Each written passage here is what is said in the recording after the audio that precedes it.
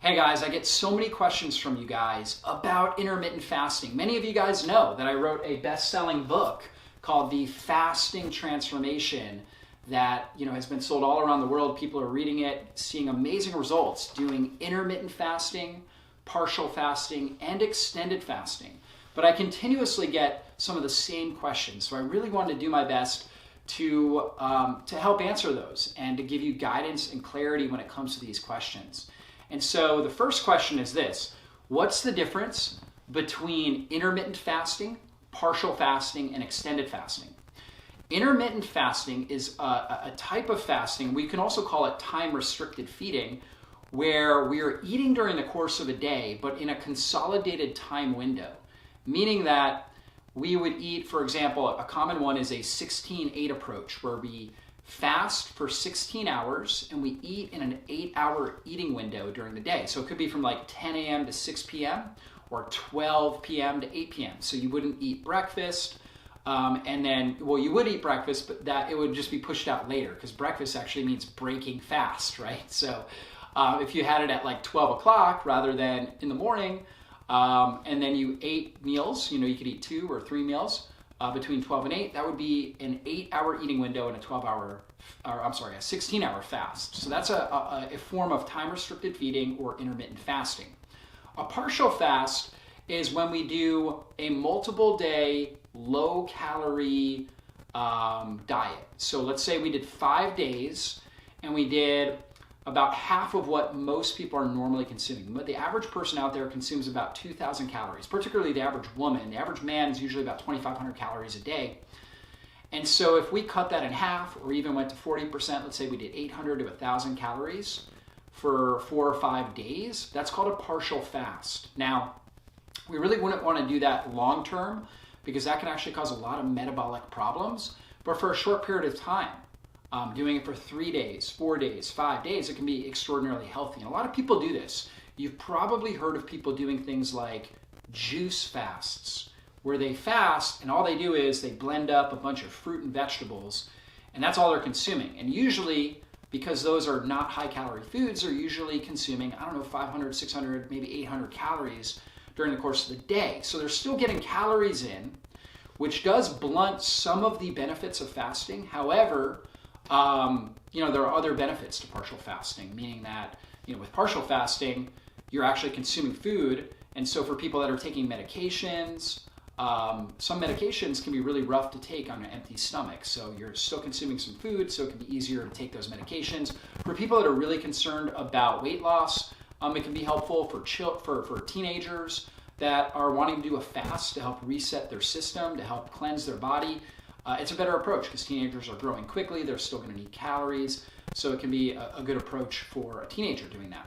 So you've probably heard of a juice fast, maybe a bone broth fast, or even the Daniel fast is an approach to partial fasting. Because even in a Daniel fast, you're taking out grains, you're taking out meat, a lot of the higher calorie foods, and therefore many people, although not always, some people can consume their normal calorie load. A lot of times people are consuming less than their normal load. So that could be an example of a partial fast. And then an extended fast would be something like a 3, 4, 5 day or even a 7-day water fast. And on an extended fast, as I talk about in my book, some people will choose to do herbal teas, right? You typically are trying to avoid things that are stimulating, so you try to avoid caffeine doing a fast like that. But you can do water, herbal teas, things like that. That can be really beneficial. And an extended fast, you really drive up autophagy, drive up fat burning to a whole nother level. Your body really breaks down and heals and repairs at the deep cellular level. So it can be profound. And people that do this once, twice, a few times a year notice extraordinary health benefits when they're doing this. Okay, but it is obviously a lot more restrictive and takes a lot more discipline. So anyways, that's the first question. Now, second question I always get is, when does autophagy start? And autophagy, I've already used this term a few times today, but autophagy is basically when the body breaks down old, damaged cells and cellular debris. Like within every cell, you have something called a mitochondria, which produces energy. And the mitochondria become damaged by oxidative stress and inflammation. And so we need to repair those, or we need to get rid of them. If we're constantly eating throughout the day, we don't put our body in a physiological state where it can heal and repair. It's always growing and dividing. So you're either in a growing and dividing and building stage, or if you take time away from food, then your body's going to start to turn on genetic mechanisms to heal and repair, right? And starts to cleanse and recycle these cellular components. So when does autophagy start? It's going to be different for each individual, but the typical rule is roughly around 17, 18 hours of fasting, there's like a genetic switch where autophagy gets really turned on. So if you are doing, for example, if you finish dinner at 6 p.m. and let's say you fast until 12 the next day, you've turned on some autophagy right before you break that fast. And a way that you can turn it on even more is actually exercising in that fasted state before you break your fast. Exercise is also a great stimulator for autophagy, so fasted exercise can be a powerful way to induce that. And for some individuals, especially if you're very insulin resistant, okay, meaning that your body it's very hard for your body to get sugar out of the bloodstream and into the cells because you're insulin resistant, you may need a longer period of time for fasting. And what I really highly recommend for most people is to do a 20 to 24 hour fast once a week. It's really like a dinner to dinner fast or a lunch to lunch fast. Okay, so you're consuming one meal that day, and then you're fasting, till that same time the next day. And that is a great way to make sure that on a weekly basis, you are driving up cell repair, cellular healing, and detoxification. So you are stimulating that autophagy mechanism. So for me, on Wednesdays, I typically eat lunch, and then I usually fast until lunch on Thursday. And right before I break my fast on Thursday, I exercise at a really high intensity, and I feel great. I feel wonderful doing this, and I'm really breaking down old, damaged muscle tissue that my body should get rid of, and I'm turning that into energy. And then when I eat and I consume food after that, my body's creating new muscle cells, new healthy cells, new liver cells, right? It's creating new, healthy, restorative cells that have strong, stress-resilient mitochondria within them. And that allows me to have greater stress resilience throughout the day. It allows me to have better brain function, better energy, and I just feel so much better on a regular basis. So that's typically my day when I do it. And that's something that I recommend is you find a time or a day every week where you do a 20 to 24 hour fast, somewhere in that range, to really ramp up autophagy. So again, that's another common question that I get. Now, another common question I get is what should you eat? Like, what are some of the best foods, or what should you be looking to do during your eating window when you are eating? So for me, for most of the time, I'm eating 2 meals a day, usually somewhere between 1 and 2 p.m. And then typically my second meal is usually around 5:30, 6 o'clock, somewhere in that time period. And I'm trying to get a lot of protein, okay? I'm a huge fan of a high protein, high healthy fat diet. So I like to do about a gram of protein per pound of lean body mass, okay? So if, for example, I'm about 170 pounds and I'm about 10% body fat. So that's roughly, if you take 17 off of 170 pounds, 143. So to really preserve my muscle tissue, to have great metabolic function, I want to roughly consume about 140, 150 grams of protein on most days, at least workout days for sure. Okay, so if you don't do that quite as much on a non-workout day, you'd probably be fine. Okay, you'll probably still preserve your lean body mass. But for me, that high protein approach really works well. So usually for lunch, I'm consuming around 75 to 100 grams of protein, and I don't count it out. It's not like I sit there and count it out. I just eat until I'm satiated, but I eat high protein foods. So I eat meat, vegetables. I might make a protein shake where I put in 40, 50, 60 grams of protein in that protein shake with berries and avocado and stuff like that. A protein shake can be a great way to break a fast because it's easy on the digestive system. So that's usually one of the first things I do. After my workout, I have a great protein shake. I use some bone broth protein, maybe some non-denatured whey protein, grass-fed whey protein, which is great for muscle building. Put that in there, about 50 to 60 grams. And then I'll oftentimes have some meat as well, or maybe some eggs that I'll cook up to get some extra protein, extra healthy fats. So a very large meal for me. Now, depending on your metabolism, you may consume a much smaller meal. You may not need quite as much calories, but I'm usually consuming a lot of that. And I also love to have dark chocolate. It's one of my favorite foods, high in healthy fats, lots of polyphenols and antioxidants. So that's great. So I do that. And then for dinner, I'm usually eating really healthy protein, grass-fed beef, steak. I'm consuming, we do a lot of grass-fed burgers, grass-fed hot dogs. So we do a lot of things like that. I love to consume a lot of beef. That's my favorite meat, and that and lamb and bison. I love red meat. Of course, sometimes we'll do fish. We do wild-caught salmon. Sometimes we'll do chicken or turkey or something like that. But for the most part, we're usually doing some sort of beef, and I'm consuming a lot of that. And then we'll do different vegetables as sides.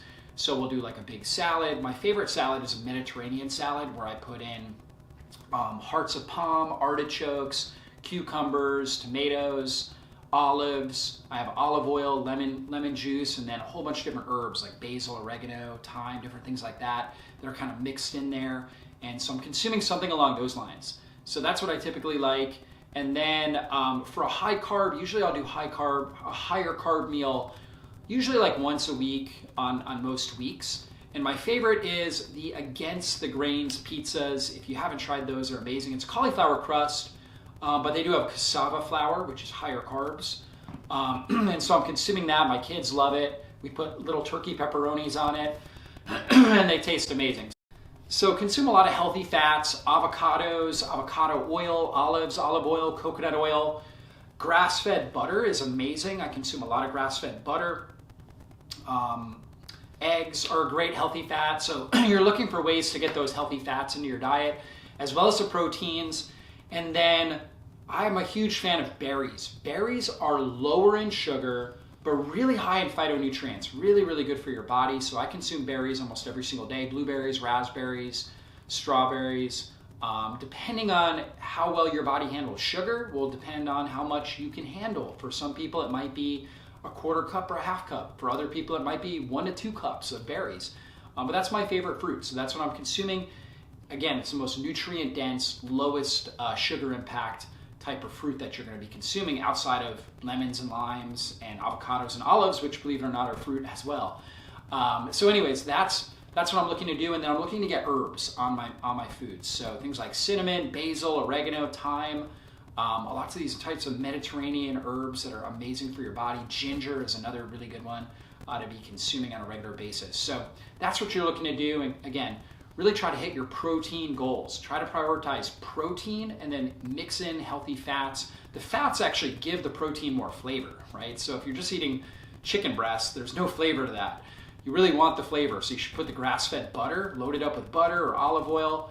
That will give it more flavor along with the herbs and give you more satiation. You need the fats with the protein to help you feel satisfied, so you're able to do the fast. So when you finish eating, like you eat your evening meal, it's much easier to fast till 12, 1, 2 o'clock the next day when you've had a lot of these healthy fats along with the protein. It just becomes, after a while, it just becomes really very, very simple.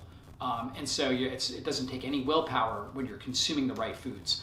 So that's another frequently asked question I get. And then probably the most frequently asked question I get is, what can I consume while I'm fasting? Like, what's okay to consume? Some people say, well, you can consume coffee with butter and whipping cream in it, right? So a lot of people do that. It's really common. In fact, a lot of people call it fat-fueled coffee or bulletproof coffee when they're doing that. And my general rule is this. Like, for me, I like to consume 0 calories. If I consume any calories, I just feel like I'm more hungry and triggered. I have more cravings. My energy's not as good if I consume any calories during my fasting window. So for me personally, that works best. I do consume black coffee, so just coffee black. Now I'll put some salt in it, like a little bit of sea salt, because when you're consuming coffee is a diuretic, so you're actually going to lose some electrolytes. So putting a little bit of salt in it actually makes you get more benefits out of the coffee. So I do that. I will do herbal teas. So I will do like a ginger tea or a lemon ginger or Manuka honey style tea where it's not actually honey in there, but it's like a herbal tea bag that has Manuka honey, which is just great for your immune system. So I'll do something like that. Dandelion tea is another really good one. Echinacea tea for your immune system. So you can find a lot of these teas. I do non-caffeinated teas, seem to work best for me as opposed to like a green tea. But then I'll get some caffeine if I do coffee. So that's what I'll do. However, now if you are doing some sort of like a bulletproof coffee or if you're putting, whipping cream or butter or something like that in your coffee and you feel good and it allows you to fast longer, right? It allows you to go to, 12, 1, 2, and you just feel good doing that. I'm not against doing that. So if you just feel great doing it and you're accomplishing your health goals, you're burning fat, you're at your ideal weight, you're feeling good, your blood sugar is good, your insulin levels are good, your energy is good, your brain function is good, and you're doing that, great, continue to do it. You don't need to tinker around or mess with it. However, if you're doing that and you just can't see, and you're still doing intermittent fasting, but you're applying that, and you just can't seem to get the last 10, 20 pounds, or you've hit a weight loss plateau, you could try messing around with it and taking that out and see if that helps jumpstart your fat burning. If you notice that you're having a lot of cravings during your fasting window, that it's actually hard for you to fast for 16, 18 hours, 24 hours, if it's hard and you're doing that, try taking it out and see if it's easier. For a lot of people, I notice it is easier. As long as they stay hydrated, do some electrolytes like some salts, they feel better. So what can you have during a fast? Certainly water, lots of water. You can have salt, right? So putting just some salt on your tongue actually can be a great strategy. A lot of people feel a lot better doing that, just getting a little bit of electrolytes in. You can do herbal teas. Electrolyte mixes, possibly, a lot of them are flavored with stevia, which is a good sweetener. However, during your fasting window, if you consume anything sweet, I know for me, it triggers more cravings. I get an insulin release, my blood sugar goes down, I have more cravings, I feel lightheaded, I don't feel as energized or as mentally clear, so I choose not to do that. And really with fasting, one of the best benefits of it is it helps reset your dopamine receptors. So anytime you're consuming sweet foods or like hyper palatable types of things that have a lot of flavor, it's stimulating all your dopamine receptors in your brain. So you're getting this huge stimulation.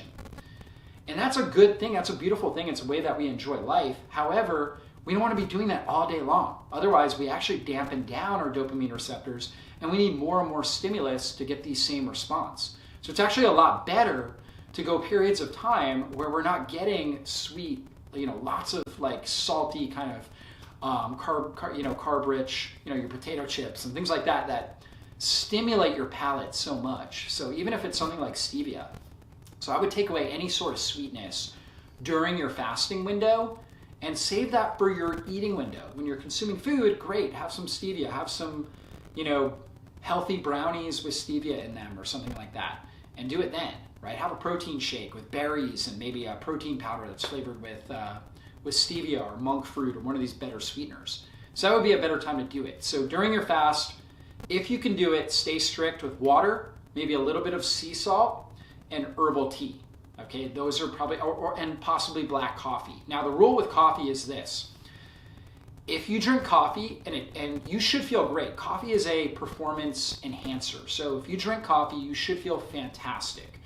If you have more cravings, if you feel lightheaded a few hours later, if you feel like you need to take a nap a few hours later, it's a sign that your body over-responded or possibly, it can't metabolize the caffeine very effectively. Perhaps you have a genetic issue, and we do see this when we do genetic testing where some people have very poor CYP liver enzyme function, phase 1 liver detox, phase 1 liver enzyme function, and they're not able to metabolize caffeine effectively, and therefore they have a poor response to drinking coffee. So if you drink coffee, you feel great, continue to drink that. If you're not feeling good, try lowering the caffeine dosage. You can actually get coffees with different amounts of caffeine in them. You can also try a different type of coffee. Some coffees actually have more mold toxins, mycotoxins in them than others. So try to get a mycotoxin-free coffee, and it might be the mycotoxins that you're responding to. A brand I like is Life Boost Coffee, mycotoxin-free. So that's one thing. And then also try just taking it out and see, after a few days, after you get off of kind of the caffeine overload, see how you feel. For some people, they feel better without the coffee. So that's kind of the general rule there with coffee. And hopefully that really helps clear up many of the questions that you guys have when it comes to fasting. I really think fasting is the most ancient, inexpensive, and powerful healing strategy known to mankind. It's something that can absolutely transform your life. It's transformed my life and so many other people that I know and that I've seen all over the world. And so it's something that I would strongly recommend that you adopt into your lifestyle. Some sort of intermittent fasting strategy that you're doing on a daily, weekly basis, and it will, again, jumpstart your health and take you to the next level. We'll see you in a future video. Guys, remember to subscribe to our channel and hit the bell button. That way you get notified whenever I put up a new video. We'll see you in a future video. Be blessed.